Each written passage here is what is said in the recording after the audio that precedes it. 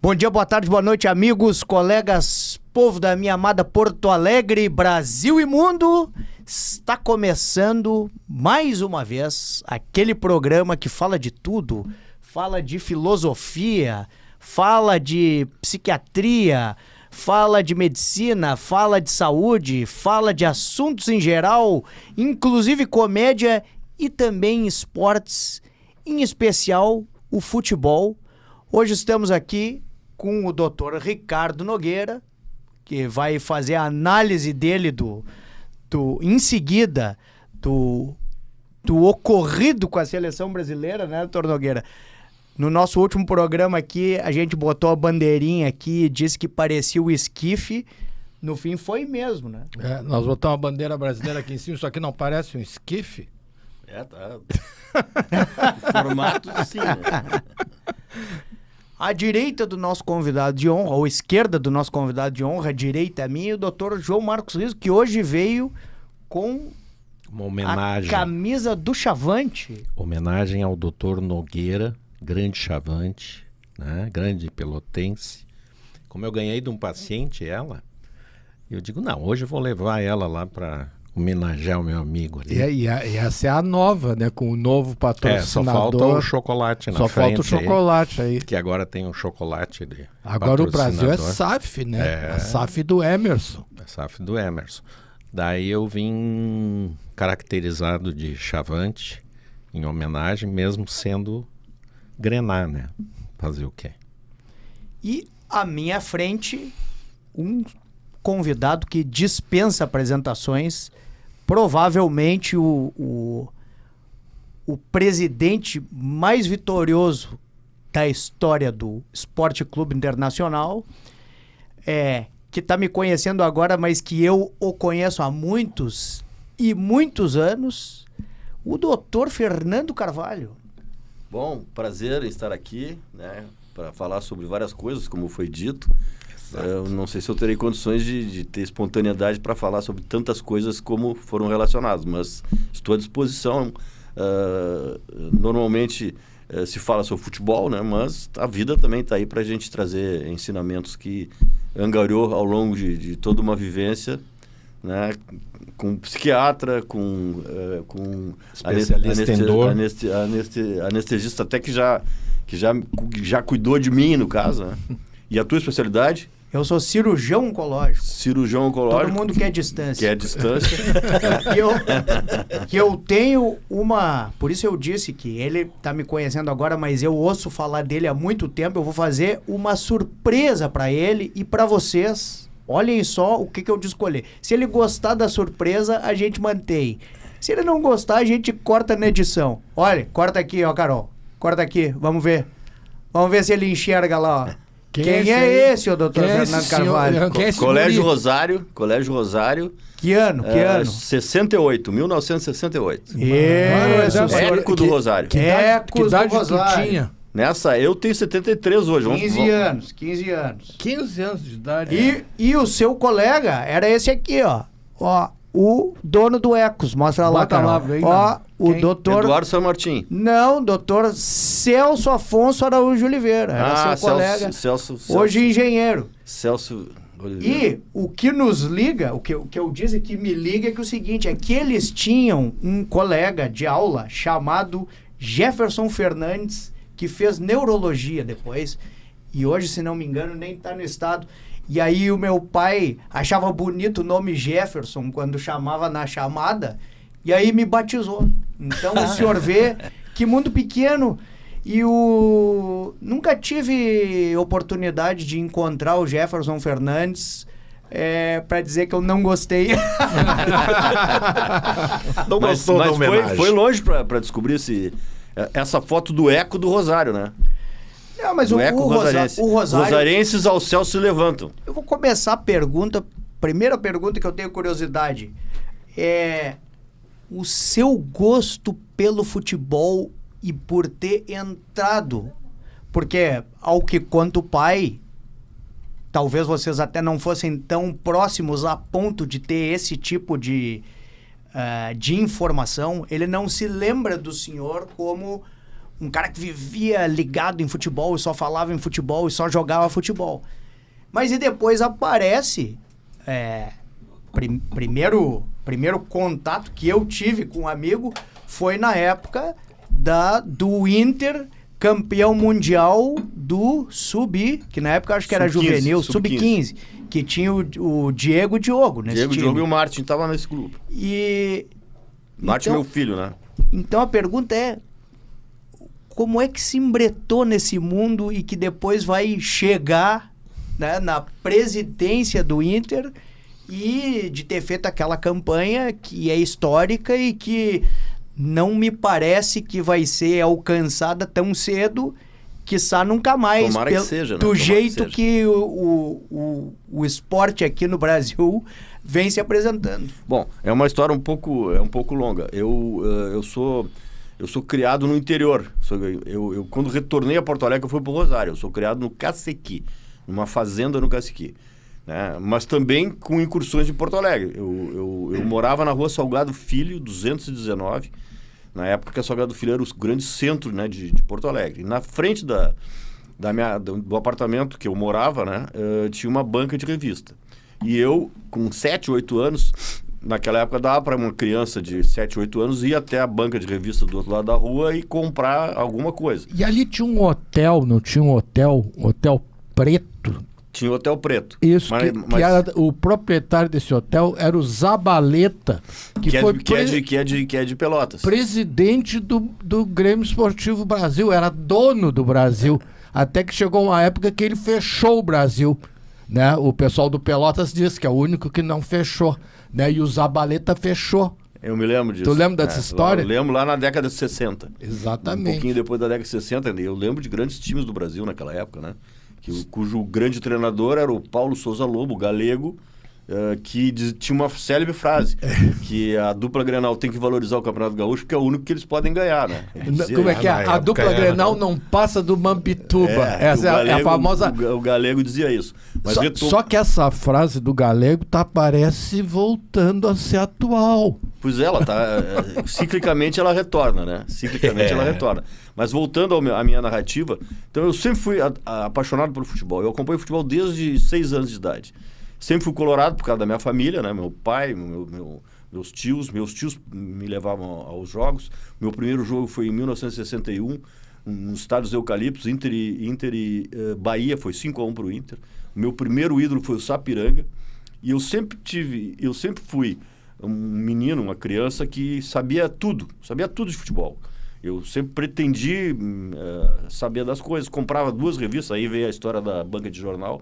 Eu comprava uma revista carioca, Revista do Esporte, que tinha todas as notícias do Rio, e uma revista paulista, Gazeta Esportiva Ilustrada, que tinha as notícias de São Paulo. Então, naquela época, era muito comum os homens ficarem num canto, as mulheres no outro canto. E as crianças vão brincar, saiam daqui, vão brincar lá fora. Era assim, né? Eu era o único que era chamado para esclarecer dúvidas dos velhos, meus pais e tios e amigos sobre futebol. Tá. Eu sabia tudo. Era um estudioso. Eu aposto contigo, porque é o seguinte, eu tenho 70 anos, eu sou gremista desde o dia 1º de maio de 1963, quando o Marino fez 4 gols no Internacional num Grenal. E eu comprei uma flâmula, que apareceu o Marino, a perna dele era um canhão. Naquela época tinha isso. E eu fazia exatamente o que tu faz. E eu tinha decorado todos os times, porque naquela época os times se repetiam anos. Sim. Do Botafogo, do Flamengo, do Fluminense, do São Paulo, do Palmeiras, do Corinthians, do Santos. A gente decorava, te lembra? E a gente brincava com isso, lembra? Sim, eu tinha alguns amigos, inclusive um gremista, o Marcos Herman. Eu fazia desafios com ele. Qual é o lateral esquerdo de tal time? Qual é o zagueiro central de tal time? Isso, quando acertava, era ponto para um, ponto para outro, né? E geralmente a gente ia até o final acertando tudo. E eu aposto que tu tinha um time de botão. Eu tinha um time. Mais uma história aqui, tá aguçando aqui a minha memória. Boa. Eu jogava botão. Eu jogava botão sozinho. Eu também. E eu narrava o jogo. Então o meu sonho na época era ser narrador ou comentarista ou repórter. E na minha época o grande narrador era o Pedro Carneiro Pereira. Os comentaristas eram, na época, já era o Rui Carlos Osman, o Lauro Quadros era repórter. Né? Tinha repórteres como... o Lazier. Lazier Martins, a Duraldo Streck, que era repórter na época. O né? Lupe. O Lupe Martins, irmão do Lazier. O Jodoé Souza, que era um setorista do Grêmio. Enfim, então esses repórteres, Milton Jung, narrador gremista, mas um ótimo narrador. Ranzolin era o segundo narrador da Rádio Guaíba, o primeiro era o Pedro Carneiro Pereira. Né? Aí veio, isso já era adulto, em 75, 74 veio o Haroldo de Souza, né? E reabriu o esporte. Mas tu também não fazia, lá na minha casa, o rádio era 24 horas, né? E a gente ouvia as rádios do Rio e de São Paulo, que tinha aqueles narradores folclóricos. Tinha. Você lembra? O narrador folclórico era o Jorge Cury, do Rio de Janeiro, e o Fiore Gilhote, em São Paulo, que era o grande narrador, Fiore Gilhote. Eu acabei tendo o prazer de ser entrevistado por ele mais adiante, já como presidente do Inter, né? Fiore Gilhote foi um dos maiores narradores, né? Foi. Esse é a história Mas do é rádio. histórica. Agora, essa época é a época da glória do futebol. O grande narrador da Copa de 58 era Edson Leite. O grande narrador. E era uma narração maravilhosa. Então, eu gostava muito de futebol, eu lembro até dos profissionais que militavam no Mas e pra jogar? Era do tipo que ficava jogando todo dia? Eu jogava mal. Tá? Isso não mas tem, era insistente, mas era persistente. Eu primava pela organização. Eu sempre fui o organizador. Tudo era comigo, né? Os meus amigos dependiam de mim. Eu comprava carne do churrasco, eu comprava as camisetas. A bola. O presidente já nasceu para ser presidente. Já nasceu para organizar o time. Mas, o Fernando... Eu tenho pavor de coisa desorganizada. Então, aí eu já era adulto, né? Eu já era adulto, já tinha até casado. Então, nós tínhamos um grupo que durante 30... Eu já estou saindo do assunto, né? Eu queria saber como é que entrou no Sub-15 aí. Como é que tu chega ao Inter? Porque eu imagino que tenha... Né? Depois feito vestibular, feito a faculdade. Não, eu vou seguir na minha sequência fática, que fica mais fácil. Porque muitas vezes, só para terminar o parênteses, muitas vezes e não é só a questão do futebol, a questão das artes é assim também, com vários médicos que eu entrevistei. A profissão, às vezes, e o dia a dia e o correr atrás, né, da subsistência faz muitas vezes a pessoa se afastar do hobby ou de uma prática corriqueira. Mas no seu caso, se teve um afastamento, depois retomou. Não, eu nunca me afastei do futebol sem ter atuação no futebol. Então, o meu primeiro assunto pela manhã era futebol. Folha da Manhã, última hora, né? Última hora, antes da 0 hora. E o meu último assunto à noite era o plantão esportivo da Rádio Guaíba, que era a melhor emissora daqui na época. Então, eu sempre estava em contato com o futebol. E eu sabia todas as notícias, não só do Inter, como do Grêmio. Essa época do Marino, o ataque do Marino era Marino, jogava Juarez, jogava Gessi, jogava Vieira, depois veio o Volmir, né? O Vieira passou pro outro lado. E tinha o Paulo Lumumba antes do Vieira. Tinha o Lumumba, tinha o Milton, tinha o Elton, que depois jogou no Inter, tinha o Ortunho, tinha o Gilney, o fita métrica, que depois, aquele altão, que depois foi jogar no Farroupilha. O Gilney também, só que o Gilney não era titular. Isso. O goleiro era o Arlindo ou Alberto? Era Alberto, o Arlindo ou o Irno. Eram 3. O Irno, que depois foi para São Paulo. Então era Irno primeiro, depois Arlindo e Alberto, né? Depois veio o Breno, que foi queimado, né? Em função do... O Grêmio sempre adorou queimar goleiro, queimou né? o goleiro, mas era Altemir, Ayrton, Áureo e Ortunha a defesa. Depois veio o Ariel no lugar do Ayrton, né? Quem mais? Tinha o Cléo e Sérgio Lopes. Primeiro Elton e Milton, depois Cléo e Milton, depois Cléo e Sérgio Lopes. Agora vê o detalhe. Agora é o seguinte. Pra mim, eles eram tudo João. Eu fiz milhares de álbuns. Nunca terminei nenhum. Porque eu achava que era o Garrincha, era tudo João. Eu olhava aqueles caras. O time do Inter era Silveira, Zangão, Ariercílio, Kim e Ezequiel, Sérgio Lopes e Oswaldinho. Tanto o Sérgio Lopes como o Ariercílio foram pro Grêmio depois. Sérgio Lopes e Oswaldinho, Sapiranga, Flávio Bicudo, Flávio Minuano, Alfeu e Gilberto Andrade. Esse foi o primeiro time O campeão pelo Alfeu, Inter. irmão do Alcindo. Irmão do Alcindo e irmão do Kim. Do Kim. Irmão do Kim. Olha, eu até me emociono quando tu fala tudo isso, porque eu me identifico. Esse é uma pessoa que sabe o que é futebol. Agora, olha o pequeno grande detalhe. Todos esses jogadores que ele está citando, sabe de onde vinham? O Marino veio do Aimoré. O Ari Ercílio veio do Floriano. Floriano, Sim, não era sim. Floriano? Era daqui. Todo mundo era do interior, chama. Sapiranga também do Floriano. Sapiranga. Cláudio Vaz era o nome do Sapiranga. Foi meu primeiro ídolo. Então os jogadores eram aqui do Rio Grande do Sul.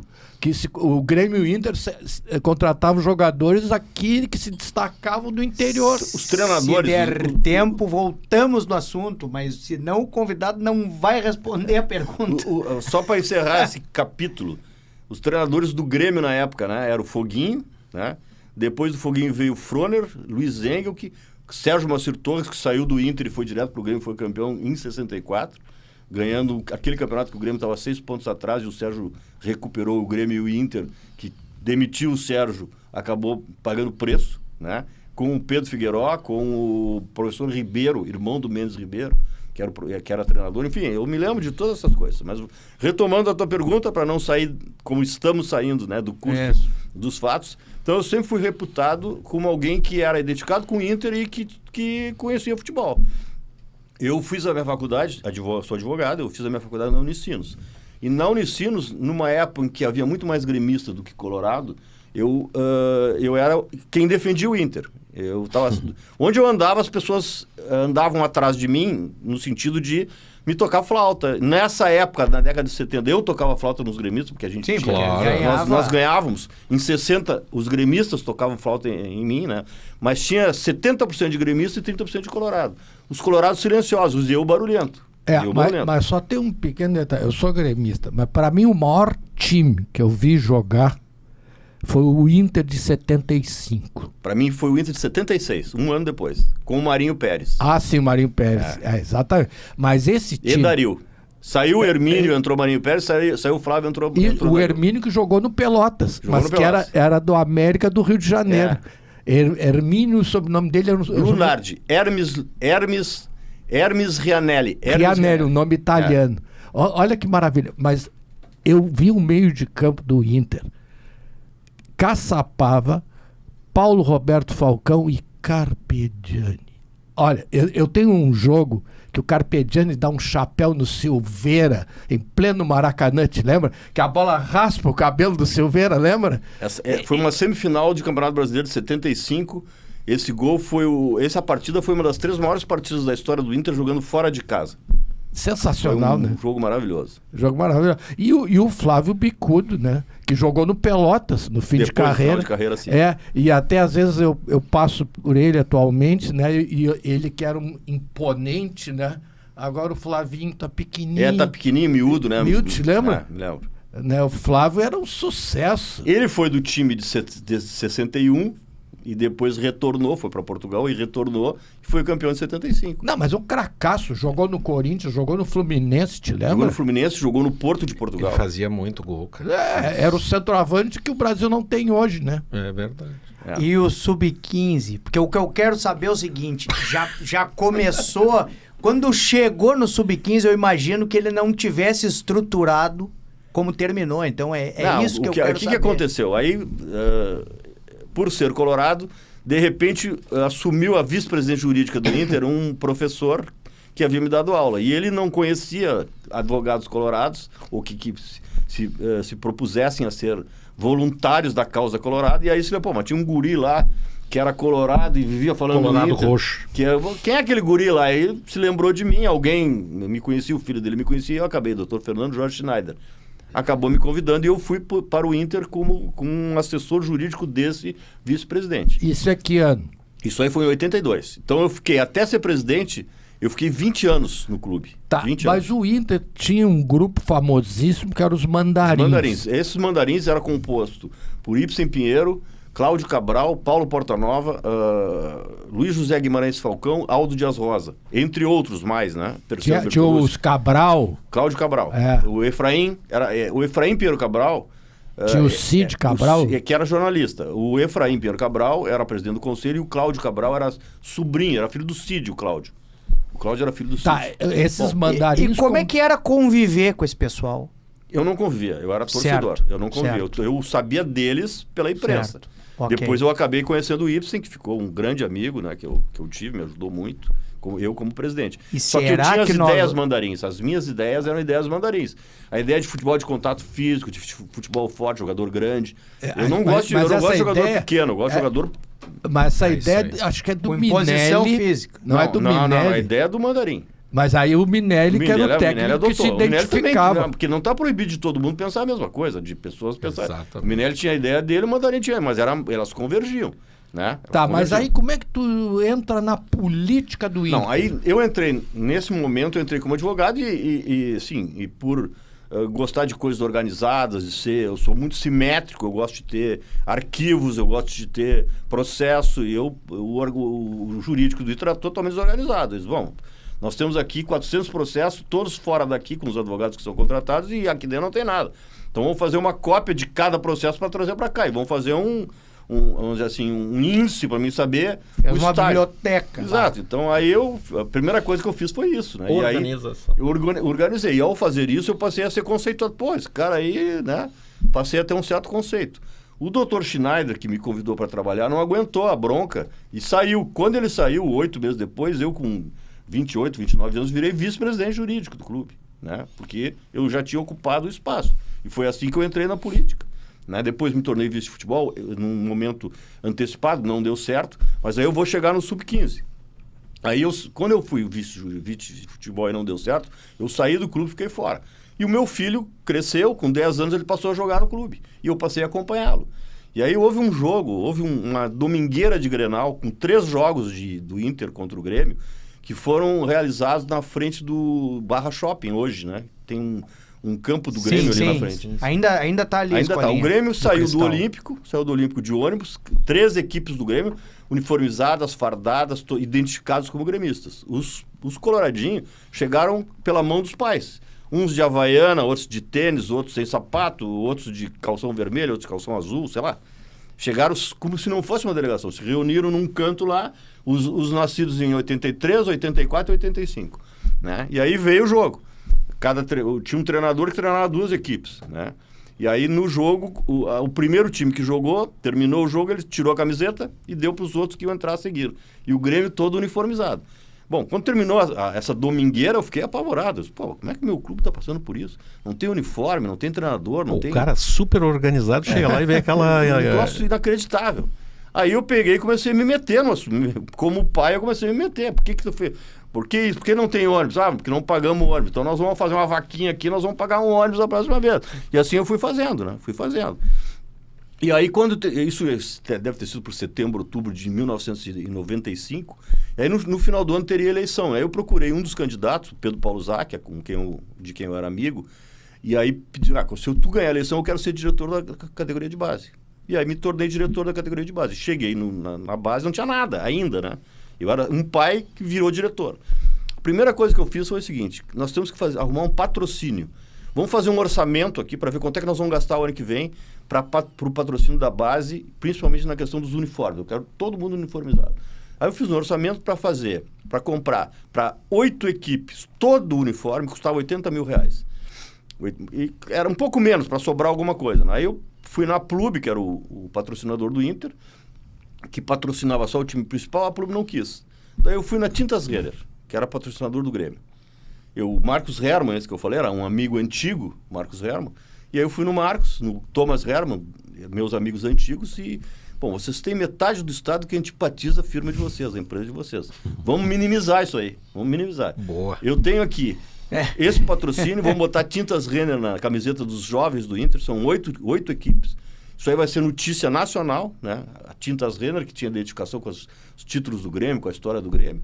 Resumo, toparam 24 horas depois, me deram um cheque de 80 mil, para não botar o dinheiro fora, né? Porque o dinheiro entrou no caixa do clube. Sim. Eu peguei e comprei já todo o uniforme para 2 anos, que era minha gestão. Então, no primeiro campeonato que teve, em janeiro de 96, em Santiago, todo mundo ficou assim, pô, o Inter com uniforme, o Inter com mochila, o Inter com agasalho.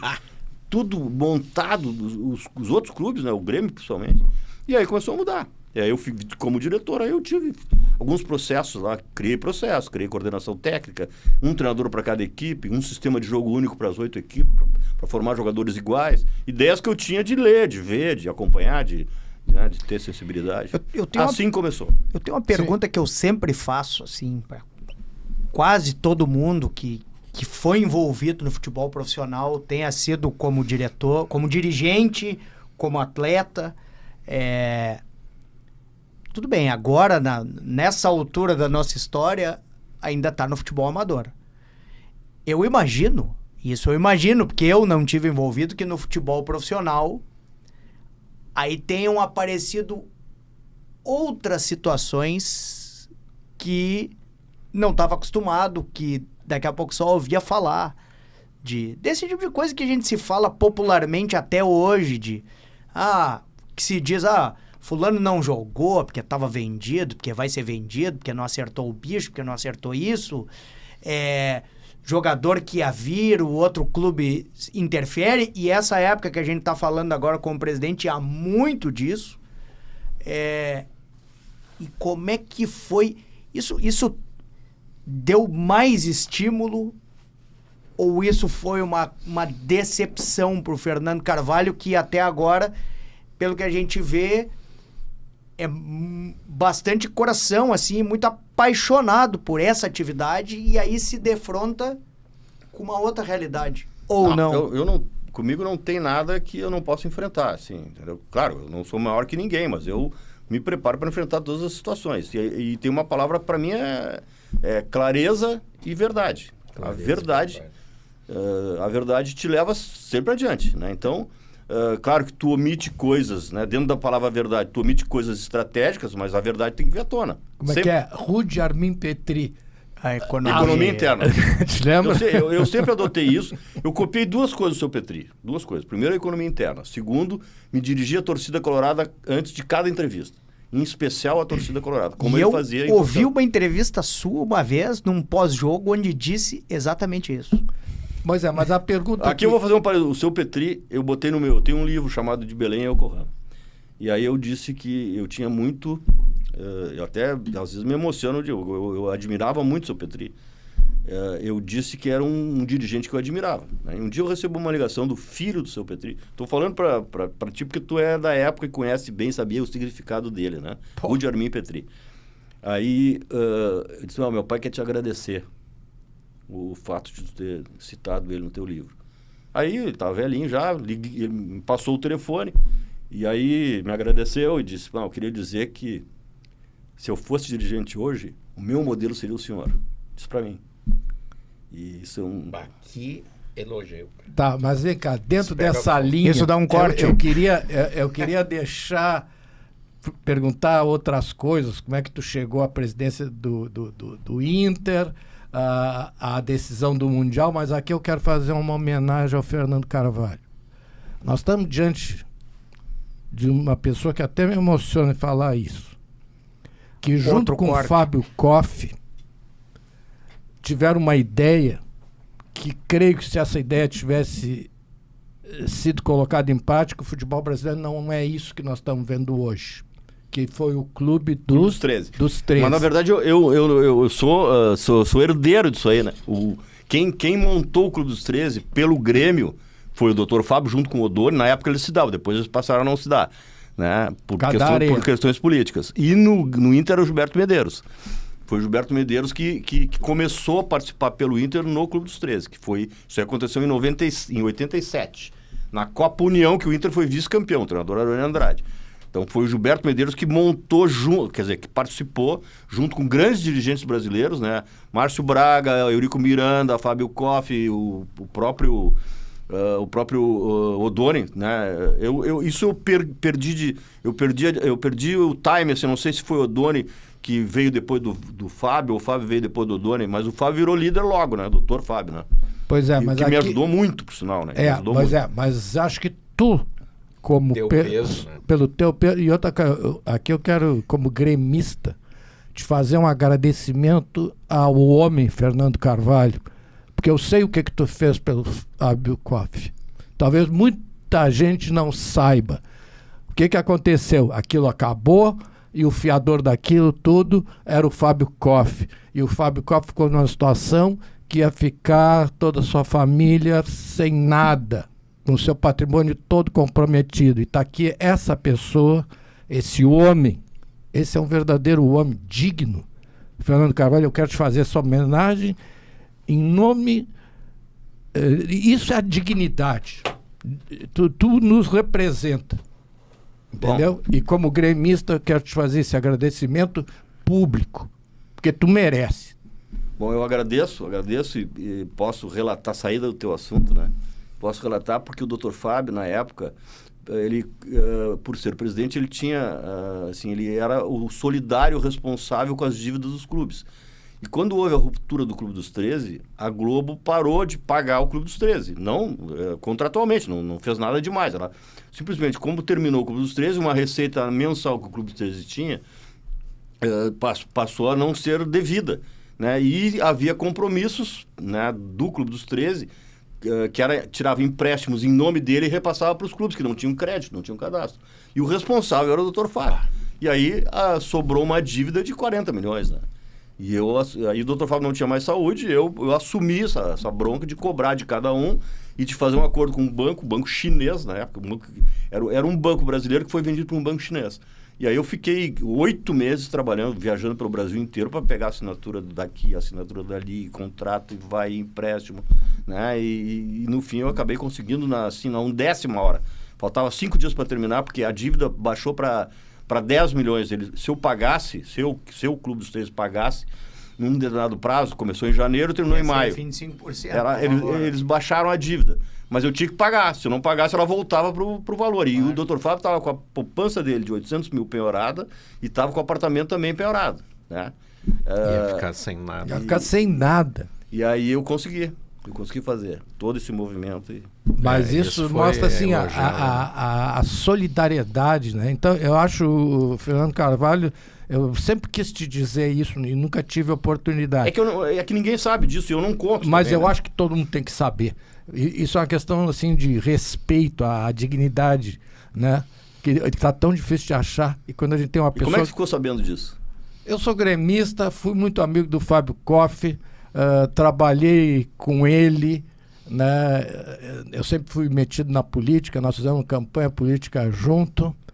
Aqui vou publicar, nós apoiávamos o Pedro Simon e o Fábio Koff, eu e o Fábio Koff ajudávamos na arrecadação, naquela época não tinha esse fundo eleitoral e tal, e eu fiquei muito amigo dele, muito admirador dele, como só admirador teu, que eu acho que os dois maiores dirigentes do futebol gaúcho é tu e o Fábio Koff. Agora, voltando para o futebol, como é que tu chega à presidência do Inter?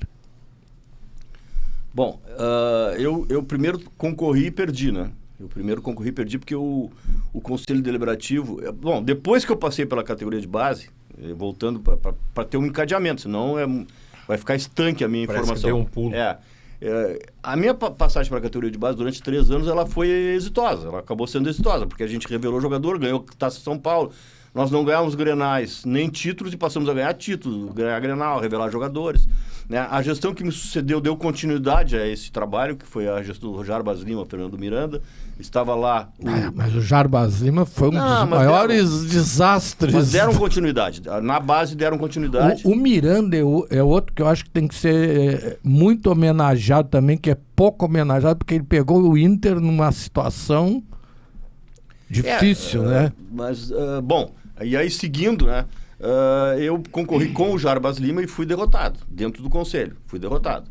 Só que aí, como eu não me conformo, né? Não, aí quando deu certo o trabalho na categoria de base, eu tinha aquela ideia de que para ser presidente do Inter e do Grêmio tinha que ser rico. E eu não era rico, então eu não podia ser. Mas daqui a pouco, pela organização que nós fizemos na base, deu para ver que se tu organizar, dá certo, né? E aí bom, agora eu vou concorrer para tentar fazer no time principal, no clube, como um todo o que foi feito na base. E aí acabamos, né, concorrendo novamente. Daí eu venci a eleição, muito difícil no primeiro ano, né? Mas o resumo, para atender a pergunta, eu só fui candidato pelo trabalho feito na base. E só aceitei ser candidato porque vi que havia condições de trabalhando de forma com processo, de forma organizada, né, privilegiando o coletivo, privilegiando jogadores de qualidade física acima de tudo, né? Hoje, vocês que são médicos, hoje tu não faz um time de futebol sem a medicina, sem a influência da medicina. Sem em todas as áreas. Psicólogo, segundo Hélio Carraveta, sem o psicólogo. E a medicina influi diretamente na montagem do grupo, na escalação. Hoje tu faz avaliações, né, de performance que te dão exatamente a radiografia do jogador. E eu sempre fui um incentivador disso. Claro que hoje é diferente do que era naquela época, mas coisas que na época não se fazia, nós fizemos no Inter, né? E com isso a gente conseguiu resultados importantes. Sim, aí tu chega à presidência do Inter em que ano? 2002. 2002, e tu fica até... Eu fico até 2006, fico 1 ano e meio fora e retorno como vice de futebol. Tá, peraí, mas vamos parar. 2006 tem que parar. 2006 é a tua glória do Inter. O Inter consegue ser campeão da Libertadores. Da Libertadores e Mundial. E Mundial. Agora a pergunta que não quer calar. Quem viu o Inter de 75, 76, que só foi tricampeão brasileiro invicto, aquele time era 10 vezes melhor do que esse teu time aí de 2006. Não era 10 vezes, mas era melhor. Muito melhor. Mas aí a gente tem que comparar épocas, né? E tudo isso, essa comparação é tudo na teoria. Não, a realidade sempre vence. Não, para aí, não dá. Não dá, né? Mas a realidade mesmo. sempre vence. A Nogueira, gente só saberia isso. A escalação do meu time de todos os tempos tem o Manga, tem o Cláudio, tem o Figueroa, tem o Vacaria, tem o Carpejani, tem aquele time. Aí tem o Índio. Eu não posso deixar o Índio fora, porque o Índio ganhou 25 títulos. Não, mas tu vai tirar o Figueiredo e vai botar o Índio? Não, vou botar os dois. E vai tirar o Marinho Pérez. Vou tirar o Marinho Pérez, pela representatividade do Índio. Eu poderia botar o Ceará, que foi um ótimo jogador, mas fica o Claudião. Kleber, lateral esquerdo, eu coloco os dois, ele e o Fernandão tem que entrar. Fernandão tem que entrar, D'Alessandro tem que entrar, né? Valdomiro tem que entrar, aí eu tiro o Lula, infelizmente, vou ter que tirar o Lula, mas Carpegiani e Falcão ficam. Também, Fernandão além entra. disso, tem a representatividade. Né? E o Gabiru ninguém fala. O Isso Gabiru que é um me gol, dói. cara. Tudo bem, ele fez o gol. Mas o Gabiru entra pra história, né? Entra pra história, tá na história. Como o cara Vem que cá, fez o Perdigão tava nessa equipe? Tava, claro. Perdigão. Não, porque quem viu o Inter de 75, 76... Olha, é de, como é que é, lustrar a chuteira. Porque aquele time, olha, quando o Falcão, eu vi o Falcão estrear, quando ele entrou com a camisa 14 na estreia, de quem é esse alemãozinho? Né? Ele entrava zunindo, te lembra? Primeira vez que o Falcão apareceu, a primeira vez, foi um jogo contra o Hamburgo, da Seleção Olímpica do Brasil, cuja escalação era Nielsen, Terezo, Abel Braga, Osmar Guarnelli, Celso, Falcão, Washington e Dirceu. O Falcão, o Washington e Rubem Gallas. O ataque era Pedrinho do Inter, Manuel do Inter e Dirceuzinho. Essa era a escalação desse time, a primeira vez que eu vi o Falcão jogando. Eu vi aqui no Beira-Rio, ele entrou no segundo tempo, ele era guri. Estreou com aquele... Mas ele voava. Era uma coisa impressionante, né? Então, vê como é que é o futebol. O grande time do Inter, para mim, é 75, 76. Pois mas se fosse hoje, aquele time, que era um time construído dentro da base, que chega a coisa, não estaria aqueles 3 anos. Eles teriam ido embora com 17 anos. E como é que a gente sabe, anos. se fosse possível, tá? Vamos pegar o Falcão, por exemplo, que você exemplificar. Tá, exime o jogador, não tem nenhuma contestação. Mas quem diz que hoje, teoricamente, né, teria o mesmo nível para mais? Mas se a gente pudesse pegar aquele Falcão lá, capturar ele, transportar ele no tempo, botar a chuteira de hoje, a bola de hoje, os caras de hoje jogando, talvez ele não conseguisse jogar, eu vou talvez... dizer que ele jogaria de costas. Isso é uma teoria. Não é, o cara tem técnica. Teoria. Deixa eu dizer pra vocês. Costas. Nós já tivemos a teoria de que a Terra era o centro do mundo. É uma teoria. A realidade sempre vence. O Inter tem 2 jogadores na sua história. 2 jogadores na sua história que, se tivesse essa premiação na época, seriam candidatos a melhores do mundo. Figueroa e Falcão. Figueroa e Falcão. Aqui, ó, mas segundo eu entendo, mas se vocês acompanharem a Copa Pelé, por exemplo, que estreou em 87, se vocês olham aquele jogo que o Pelé jogou, o Pelé não tocou na bola e o Rivelino acabou com o jogo. E era o Pelé. Então, teoria é uma coisa. Tá maquiando A isso? realidade... 87. A realidade sempre tinha largado há vence. 20 anos. Não, A eu realidade quero sempre saber vence. Não, 70. tinha largado a 10. Tá, mas quero eu vou, saber então, aqui, ó, 70. eu vou resgatar 70, não por mim, porque eu não tenho autoridade de falar, eu vou falar pelo Gerson. O Gerson diz o seguinte: se nós tivéssemos o preparo que existe hoje, Olha, é isso que o Carvalho tá falando. Olha, Voava. tem uma- Deixa tem eu uma- dizer. Hoje tu tem medidas, né? Hoje tu joga com GPS. Então hoje o jogador... Hoje tu tem como fazer um time ideal, né? Pelas medidas. Hoje o jogador tem que correr a 14 quilômetros.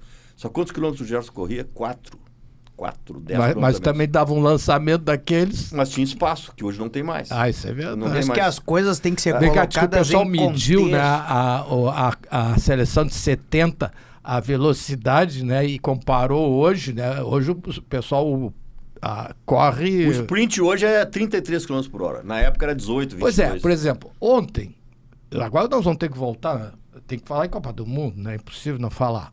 Quando os caras iam bater os pênaltis, mostrava onde que eles chutavam, lá o Cristiano Ronaldo, Harry Kane e tal, que nós não tínhamos isso naquela época, criaram e tal.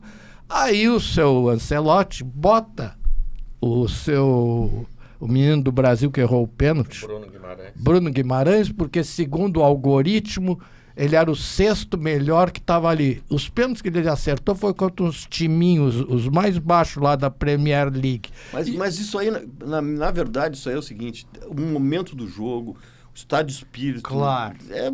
Não dá para levar em consideração tanto, né? Como é que é o nome? O Menotti falou. Olha, Tu quer ver uma coisa? não adianta treinar pênalti, porque é o seguinte, pode treinar tecnicamente, mas o pênalti que o cara bate no treino não é o pênalti que o cara é bate totalmente na hora. diferente. Então, O teu momento é diferente. Vamos fazer aqui, eu vou trazer aqui, como eu acompanhava tudo, e vou trazer aqui uma informação para vocês para comparar com hoje. Na Copa de 70, o treinador era o Zagallo e quem fazia a avaliação dos adversários era uma pessoa chamada Carlos Nascimento. Esse Carlos Nascimento, ele ia nos jogos dos adversários e tirava slides. Então, a apresentação do adversário na véspera do jogo, eu sei, ó, era um movimento estático. Tem uma foto num slide que vai para um painel e tá ali o posicionamento do lateral direito, do zagueiro, como é que eles ficavam na linha, qual era, entendeu? Então, tu vê como é que são as coisas. Então, naquela época era um tipo de tecnologia. Sim, o Renato aí, uma época, não sei, acho que lá no Rio, que ele botou um drone, te lembra? Pra ver o treino, não sei de não, quem. foi aqui. Foi aqui foi que na botaram Libertadores contra o Lanús. Ele botou o drone Ele botou um drone no campo de treinamento. Agora, tem um fator que vocês falaram que isso realmente... eu tava pensando sobre isso ontem, após a eliminação do Brasil, e acho que é um bom tema pra gente debater. Tem uma coisa que a seleção de 70, com certeza, tinha muito superior à seleção de hoje, e isso é uma coisa comparável, porque o povo brasileiro tinha mais do que tem hoje. Educação, capacidade cognitiva. Isso realmente eu acho que... Então, o que eu imagino era o seguinte: se hoje os caras não conseguem assistir meia hora de palestra, tudo mastigadinho, com imagem demonstrando tudo, imagina naquela época com slide, para mostrar como a capacidade cognitiva era muito mas superior. isso aí é Agora discutível. faço outra provocação. Vocês acham que o Pelé, sinceramente, vamos botar a mão na consciência, entendia de tática e o Zagallo passava tática pra ele? Quem entendia de tática eram os outros. E hoje, Discordo. sentimento meu, Discordo. Tá, mas baseado naquilo que a gente viu aqui em um ano de programa perguntando isso para os ex-jogadores. Tá, mas... Hoje, nenhum entende tática. Tá, mas vamos ver. O Fernando discorda.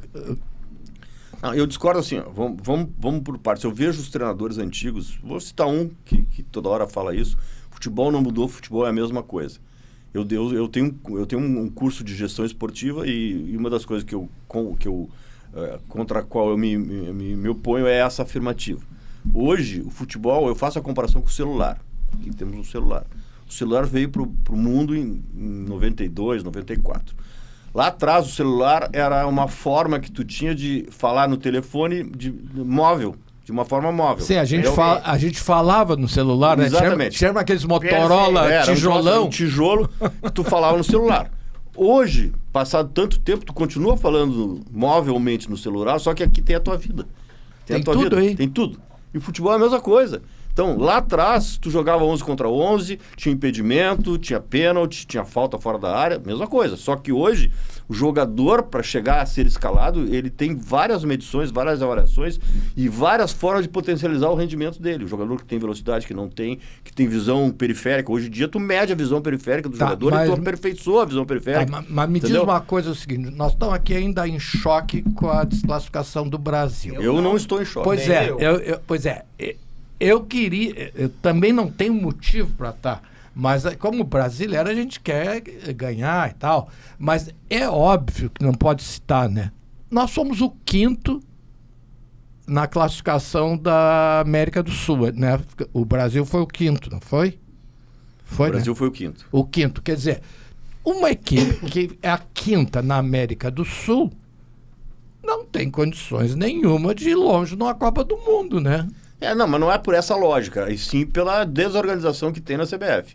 A CBF, na medida em que teve sucessivas alterações de comando, tanto na presidência como na gestão de futebol e também no corpo técnico, ela acabou não criando uma forma de encarar os problemas, de encarar os adversários. O Ancelotti está há apenas 1 ano. O Ancelotti é um excepcional treinador, na minha avaliação. Eu gosto muito dele. Acho que ele errou ontem, mas ele é um grande treinador. Só que a essência do trabalho dele é a convivência.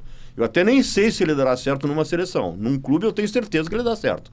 Porque a convivência com os jogadores, da convivência ele extrai o melhor rendimento possível por conhecer o ambiente, conhecer os atletas, criar as alternativas táticas adequadas para cada elenco que ele comanda, né? Então, mas a CBF, no momento que ele tinha um presidente que ficou por liminar mantido durante muito tempo, no momento em que tinha uma crise para saber quem seria, no momento que escolheram um presidente que não tem nada a ver com o ambiente de futebol, que é o cara de Roraima. Sim, né? É um médico oftalmologista que o pai é presidente da federação. Um médico oftalmologista que nunca fez um óculos de ninguém, né? Exato.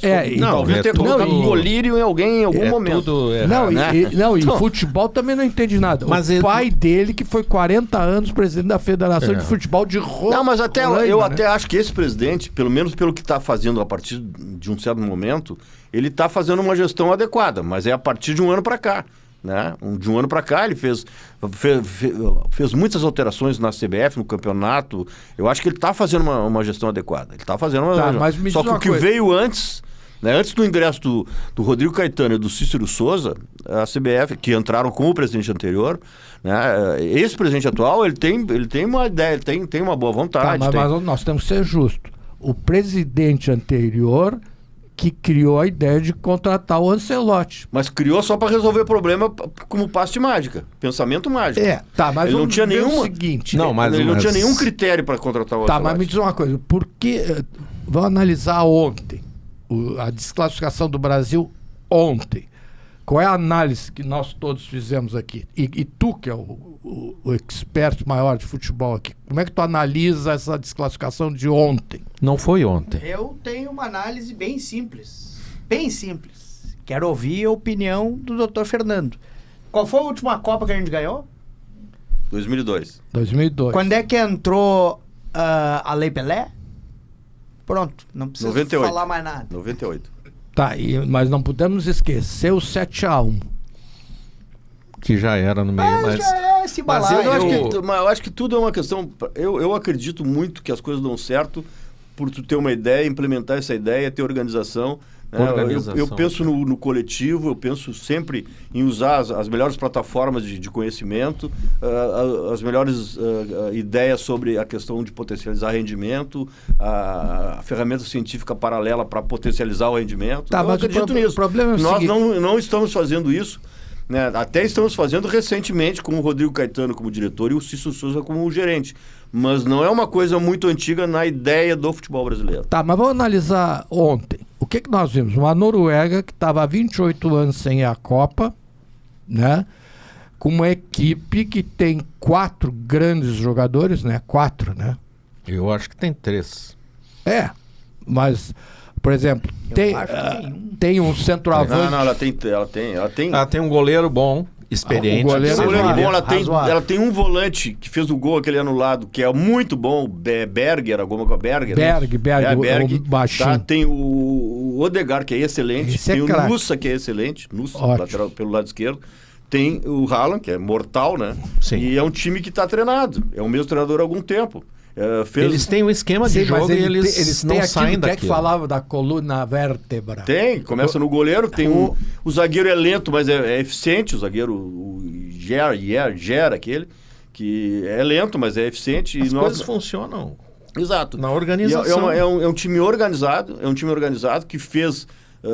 teve a bola, não deu a bola para o Brasil, que é o que o Brasil precisava naquele momento, né? E aí no segundo tempo, o que ele fez? Ele fez uma alteração tática colocando um extremo no lugar do Nussa, que é o grande jogador. Ele colocou o Bob, aquele, né? Não, ele colocou o outro do lado esquerdo que fez a cruzada pro gol. No momento que ele tirou, ele mudou a característica do time, que no primeiro tempo não houve nenhum cruzamento. Porque o Nussa, esse faz a jogada para ele mesmo. Ele pega a bola pelo lado, vem para dentro e arremata. Ele não cruza a bola para a área. Então, o Brasil criou um sistema de marcar essa jogada. Só que ao alterar esse sistema, eles passaram a cruzar a bola. O Haaland teve um chute que ele pegou de primeiro e quase fez, né? E depois teve a cabeçada. O senhor, como tem que ser, para baixo. Antecipou, né? E o chute rasteiro no canto. Quer dizer, pelo amor ele é de o Deus, centroavante. tem uma coisa que eu notei. O zagueiro, quando ele é mais baixo que o atacante, ele não pode marcar a bola, ele tem que marcar o atacante. Mas aí ele tem que pular e desequilibrar o cara. Eu vou concluir. Eu sou um defensor do Ancelotti, acho que, como qualquer um, ele erra e acerta. Ele acerta mais do que erra. E ontem ele cometeu um erro. E o erro que ele cometeu ontem foi exatamente dar guarida aos torcedores em geral, à imprensa em geral, colocando o Endrick e colocando o Neymar. Exato. Entendeu? Porque ele fragilizou o time no momento que ele botou o Endrick e o Neymar. Ele desmanchou, né? Porque o time do Brasil é um time que, com o Matheus Cunha, que é um jogador que não tem brilho pessoal, ele tem competitividade.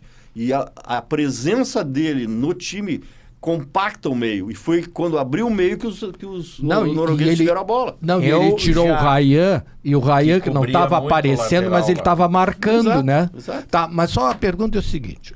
O Ancelotti está há 1 ano no Brasil e não conseguiu renovar o meio de campo para trás. Aquele zagueiro, coitado Danilo, é um ex-jogador. O Neymar é um ex-jogador. O Casimiro é um ex-jogador. A nossa defesa é lenta. Mas ele botou o Casimiro meio que um líbero. Ele fez um 4-1-3-1. Eu não acho que esteja aí. O Casimiro flutuava por ali. Com esses mesmos jogadores, se ele tivesse mantido, ou tivesse, por exemplo, se ele tivesse mantido a ideia inicial de não abrir o time, de não, né, ele estava ganhando, assim, a jogada que se propiciou para o Brasil era o contra-ataque com o Vini Júnior. Teve 2 ou 3. Quando entrou o Endrick por dentro, eu não gostei, mas surgiu uma oportunidade. Quase, aí ele errou. Exatamente onde ele previu. Só que imediatamente ele fez uma substituição ao tirar o Martinelli, aí é que ele errou. Ao tirar o Martinelli. Aí ele desmanchou o time. Aí ele desmanchou. E o Ryan também. Pode ser que tenham cansado, porque foi um futebol de muita intensidade. E o erro do Bruno Guimarães do pênalti, né? Mas é uma injustiça, porque estava jogando muito bem a Copa inteira, né? Eu já acho que o italiano é mais esperto que todos nós e ele, muito mais experiente, ele sentiu: esse jogo aqui eu não vou ganhar e eu não vou ficar queimado com o Brasil inteiro. Eu vou botar o menino Ney, se ele fizer um milagre, eu sou um gênio. E se ele não fizer nada, eu já tô sabendo o que vai acontecer. Mas vamos avaliar o outro lado. Quando ele botou o menino Ney, ele já sabia que não ia ganhar. Não, ali ele jogou pra torcida. Agora o vovô Ney já. Vamos avaliar o outro lado. A Noruega joga com o time reserva contra a França, né? Popou todos os titulares, porque a Noruega escolheu o adversário.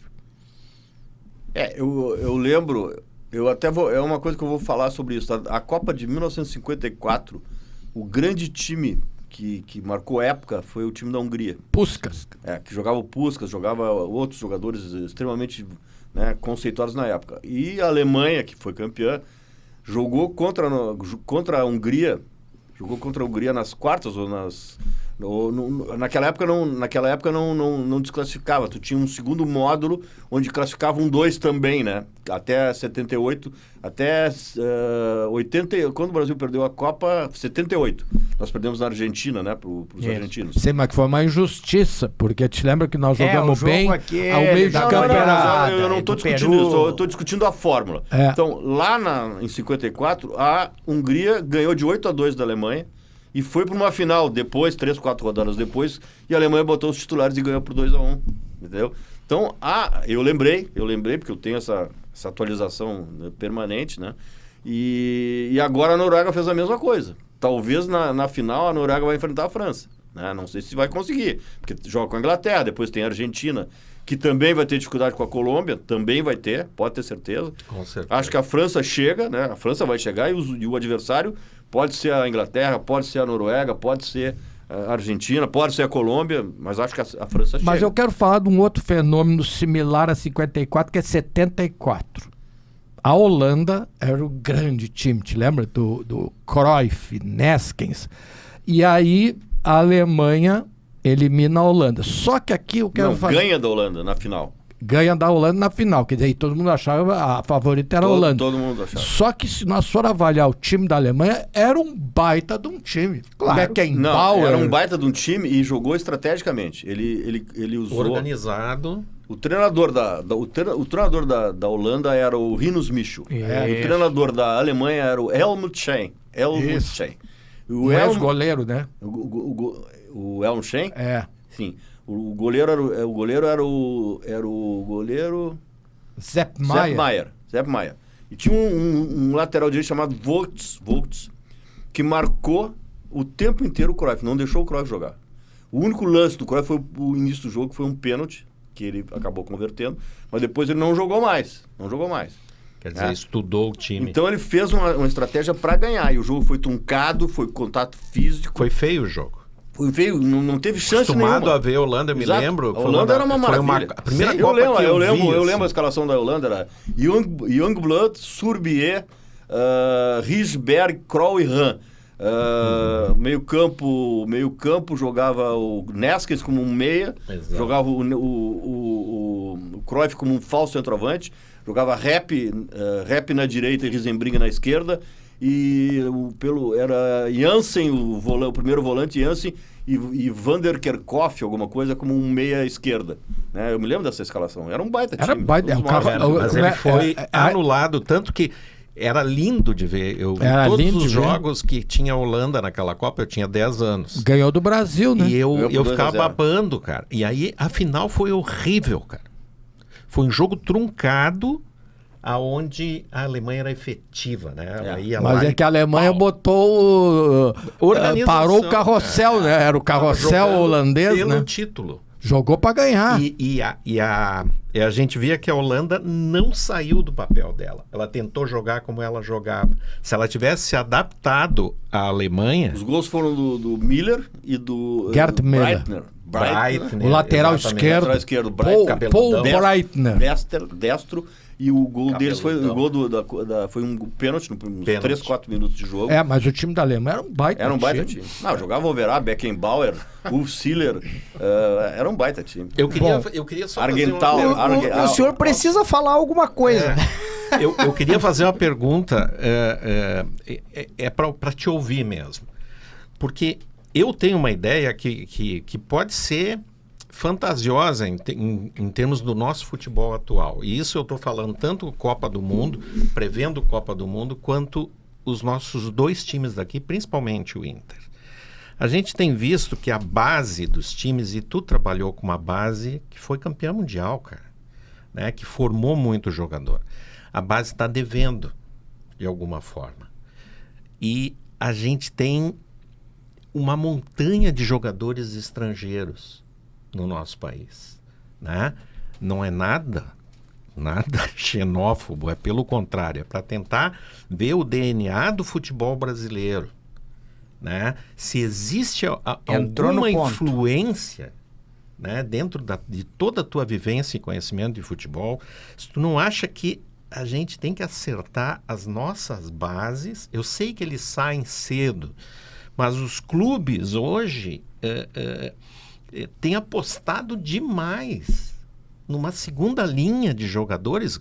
Claro, a gente for ver Palmeiras e Flamengo, não, mas nós aqui, uma segunda linha de jogadores sul-americanos que deixam em detrimento os nossos guris, né? A gente viu na Copa, né, o Ryan, a gente viu coisas assim. Então eu queria a tua opinião sobre essa internacionalização sul-americana do nosso futebol, né? Ou até dinamarqueses e companhia limitada, e a nossa base nitidamente apanhando. A base do Inter e do Grêmio, hoje nas competições, ela vem apanhando demais, assim, né? E outra coisa é aquele DNA que nós já comentamos aqui em outros programas, e eu sou a favor, aquele DNA do futebol forte, gaúcho, né? Que depois era imitado até por times do Nordeste e tal. Queremos fazer aqui um futebol gaúcho, fazer o futebol aguerrido como é o do Inter e do Grêmio. A gente perdeu isso, cara, sabe? Então, eu queria a tua opinião, assim, se eu estou muito errado nesse pensamento ou se a gente deveria, de alguma forma, no Brasil e principalmente aqui no Rio Grande do Sul, fazer um resgate da nossa base, talvez mudar a lei e tentar coibir só um adendo. Que tenha tanto estrangeiro no time. Sim, pode contratar 9 jogadores estrangeiros. 9. Eu não entendo isso. Por que a gente não utiliza tanto a base, os nossos Falcões, os nossos Rafael Sobes, o nosso Nilmar que veio aqui, né? Sim, o Inter teve uma época que era o clube que mais vendia jogadores no Brasil. Já foram feitos até cálculos. Na época diz que foram vendidos 500 milhões, que valeriam hoje 3 bi. Aí depois o São Paulo passou na frente. Foi no meu período. Tu te lembra? Mas o que eu quero dizer onde é que foi parar esse dinheiro? A base do time, cara. Pode vender, entendeu? O dinheiro foi parar na gestão do clube, né? E foi como a gente conseguiu ganhar, né? Porque para te concorrer, eu vou te responder. Para te concorrer com os grandes clubes, na época era o São Paulo, tu tem que ter um dinheiro extra, porque o São Paulo tem 18 milhões de torcedores, o Flamengo tem 40 milhões, o Corinthians tem 36 milhões de torcedores, o Inter e o Grêmio tem 8. Né? Então a tua receita é muito menor, decorrente dos teus fãs. Né? Até as taxas de televisão, né? As também, cotas. tu ganha de acordo com a popularidade do teu time, tem uma aferição, então tu ganha menos. Né? Então como é que eu tenho que ter boa gestão e tenho que ter receitas? Então, desde que eu assumi, eu sempre declarei, eu tenho que vender 2 jogadores por ano. E foi assim, quer dizer, de 2003 a 2011, o Inter vendeu 470 milhões. 470 milhões. O segundo clube foi o São Paulo, que vendeu 200 milhões a menos. Os 2 clubes que mais venderam. Na América do Sul, aí tu pega a River, Boca Juniors, todos. Então, o Inter fez um processo, né, de venda, primeiro de formação, depois de utilização. Mas quem era o teu diretor da base que fez tudo isso? Não, o diretor da base era o conceito, né? Nós tínhamos um conceito, né? Assim, nós tínhamos uma base que foi estruturada lá em 95, 96, foi crescendo. Depois teve o Medina, que era da gestão do Fernando Miranda e do Jarbas Lima, que melhorou isso. Depois nós assumimos e melhoramos mais ainda. E todo o período que a gente ficou lá, né? Que o meu grupo ficou de 2002 até 2014, né? Foi sempre privilegiando a base. Um grande problema que houve no Inter foi a obra do Beira-Rio. A obra do Beira-Rio afastou a base do time principal. Então, passou a não dar tanta atenção. E esse é um dos motivos. Tanta atenção. Aí, falando só de Rio Grande do Sul, um outro motivo é esse, dos estrangeiros. Tem que haver uma limitação. Pois é, 9? Tem que haver uma limitação. E nós, aí eu vou fazer uma autocrítica de Colorado, né? E o Grêmio pode entrar também. Nós não modernizamos Nós não modernizamos os nossos equipamentos, nem modernizamos a nossa metodologia. Porque hoje a metodologia que forma... Porque o jogador foi evoluindo, foi mudando. Mas o Inter hoje, qual não... é o jogador? Qual é o jogador que o mercado pede e que a competição pede? É o jogador que tenha rapidez de raciocínio, que acompanhe o seu adversário, que decida em pequeno espaço, que tenha visão periférica. Como é que tu faz o jogador aprender isso? Porque tu tem que aprender em tenra idade. Tu faz aprender isso tendo uma iniciação no salão. Eu nunca fui adepto disso, hoje eu sou. Hoje tu tem que fazer aprendizado de 8 a 12 anos no salão. Né? Tu tem que ter metade do teu trabalho nessa idade no salão e metade no campo. Sendo que no campo até 12 anos é sem regra. Porque o jogador tem que desenvolver a ideia de ser audacioso, de ser individualista, de fazer a jogada pessoal. Ele tem que desenvolver mas um isso. detalhe. Se ele tiver tática E o desde salão o início, desenvolve. o salão desenvolve. O Nazário, Todos o Ronaldinho Gaúcho. Então, isso tem que ser método, não tem que ser, vou pegar um cara do salão que joga bem. Não, é método. Tá, mas o Tudo Inter... tem que ter da sua metodologia, O tem salão. que fazer isso. Isso, mas o Então, Inter não são várias trouxe... coisas, né? São várias coisas. Mas o Inter não trouxe recentemente um argentino, que acho que... Olha, eu não vou avaliar o trabalho do argentino, mas com certeza ele não deu certo porque ele foi demitido. Pois é, Foi mas... demitido. Quem o contratou o demitiu, então... Tá, agora eu Acho que não deu certo. Agora eu vou te botar numa saia... Espera só um pouquinho, que eu preciso resumir essa coisa toda. Tu concorda, então, com a parte do que tem muito estrangeiro, Concordo. limitando a nossa base, Concordo. e que a base precisa ser redimensionada, tem que ter redimensionado. método, tem que ter tudo isso, né? Sim, tem alguns conceitos novos, né? Tem alguns com os quais eu não concordo. Por exemplo, jogador tem que mostrar que é bom até 16, 17 anos, senão ele não vai... Não é verdade. Não, Cada dá pra jogador trabalhar. tem a sua morfologia, cada jogador tem a sua forma, né, de aflorar a sua qualidade. Então, eu sou franco, um dos requisitos que eu sempre tive isso, né? Eu tinha uma equipe sub-23. Tem que ter um time sub-23. É antieconômico? Não, mas isso é investimento. Isso é investimento. Tem que ter um sub-23, mas não tem calendário. Mas eu vou jogar a partida amistosa com o sub-23. Porque tem uma regra, vocês são médicos, sabem. O jogador miúdo, o jogador pequeno, até 18 anos ele está formado. Ele não vai crescer mais, ele vai ser aquilo, vai ter agilidade, habilidade, velocidade, não vai mudar. O grandão é mangolão, Ele só vai se formar com 23, 24 anos. O Haaland não é mangolão. Não, mas o Haaland Já deve mangolão. ter sido. Ele é mangolão, mas Ele tem 25, mas ele começou com 22, ele apareceu com 22. Doutor Entendeu? Fernando Carvalho, a conversa obviamente está ímpar e muito interessante, mas eu tenho que fazer uma pausa para informar duas coisas. A primeira, amigos, já estouramos 5 minutos do tempo. A segunda, de agradecer... Depois eu vou fazer outra provocação. Eu posso dar os meus endereços aqui para o pessoal me seguir? O senhor deve, mas antes eu vou lhe passar num patrocínio de Simers.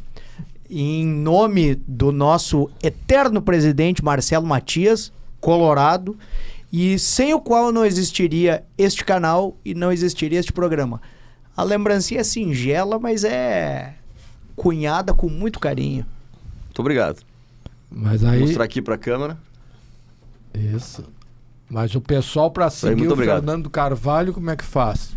Bom, nós temos o canal do Instagram, que é Fernando Carvalho 2006, onde eu faço vários vídeos, né, sobre gestão esportiva, sobre gestão propriamente dita. Agora, falando muito sobre a Copa, né? Eu tenho um podcast do Fernando Carvalho 2006 também no YouTube, né?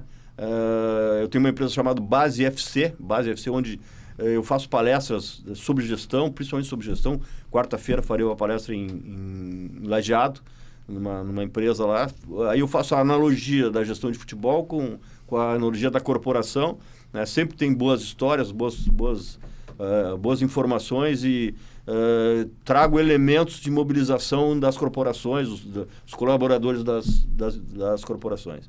Então, queria fazer esse registro, conto com a adesão dos seguidores daqui, dos ouvintes, dos telespectadores, daqueles que vão assistir esse podcast. Fernando Carvalho 2006, tanto no YouTube como no Instagram. Agradeço aí a oportunidade. E para encerrar, vamos fazer um giro aqui. Digamos que de hoje para amanhã o nosso Carlo Ancelotti não pudesse mais dirigir a seleção brasileira, quem seria o seu técnico? Esse que é o problema, porque os técnicos brasileiros eles ficaram fora do mercado, né? A metade dos técnicos do Campeonato Brasileiro da Série A são estrangeiros, né? Argentinos, portugueses. Então não foi só com os jogadores, né? 9 jogadores eu acho excesso, talvez 5 jogadores estrangeiros, né? Agora o futebol brasileiro ele está fora do contexto mundial, né? Os nossos técnicos, nós vamos ver, os gremistas adoram o Renato, mas o Renato... Ok, e o seu técnico? O senhor pode chamar qualquer um. Eu chamaria agora, eu demitiria o Ancelotti, eu chamaria o Abel Ferreira. Ah, boa. Doutor Riso, já lhe dando a oportunidade de se manifestar, o senhor falou pouco hoje, doutor Riso. Não, Mas hoje eu prestou tava muita aqui pra atenção. ouvir, né, mas cara? prestou Meu muita ídolo atenção. aqui do lado. O que eu me dou a liberdade primeiro de fazer um pequeno questionamento ao nosso convidado, né? Quando é que tu volta? Não, e vem cá, e tem eleição do Inter esse Pelo ano. amor de Deus, cara. Tem eleição do Tem Inter. uma coisa correndo que Mas volta eu não ele e o Luigi. eu não ia querer Aí esse abacaxi nunca mais. Não, tá? não, agora- é, cara. agora, não é. quem A gente viu- precisa de Vem gestão, cá. cara. Quem Gestão. viu- Quem é que fala em gestão? Fossari. Fossari. Agora- Fossari é para o seguinte, presidente do Inter. Olha aqui, ó, eu sou E gremista. o seu tudo. técnico, O meu técnico, eu vou, assim, ó, é muito difícil. Eu manteria o Ancelotti Mas ele não 4 pode, anos. ele não pode mais. Não, ele Deu um vai problema. ficar. Deu um problema, ele teve que sair. Quem que o senhor chama? Aí o Abel Ferreira. Mas eu quero 4 anos porque o Fernando Carvalho falou uma coisa muito interessante. Ele precisa conviver com os jogadores. E esse ano ele não conviveu. Então, com 4 anos, ele pode se tornar um grande técnico de seleção sem cometer esses erros. Uma partida que outra lá e não vai conviver com os caras no dia a dia. Doutor Fernando Carvalho, mais uma vez já lhe agradecendo essa situação hipotética. Deu Primeiro- um problema, o Ancelotti não pode mais dirigir. Bom, eu insistiria... Quem é o eu técnico? convenceria o Ancelotti a continuar. Caso eu não tivesse sucesso, Adenor Bach Tite voltaria comigo. Ah, não. Esse não. Eu preferia o JJ lá, o Jorge Jesus ainda. O Tite, eu não aguento. Muito bem. E vocês que estão em Bom, casa? Eu não discordei da tua opinião, né? E vocês que estão em casa? Qual técnico vocês escolheriam? Deixem nos comentários e a gente volta na semana que vem com mais um Sala de Prescrição.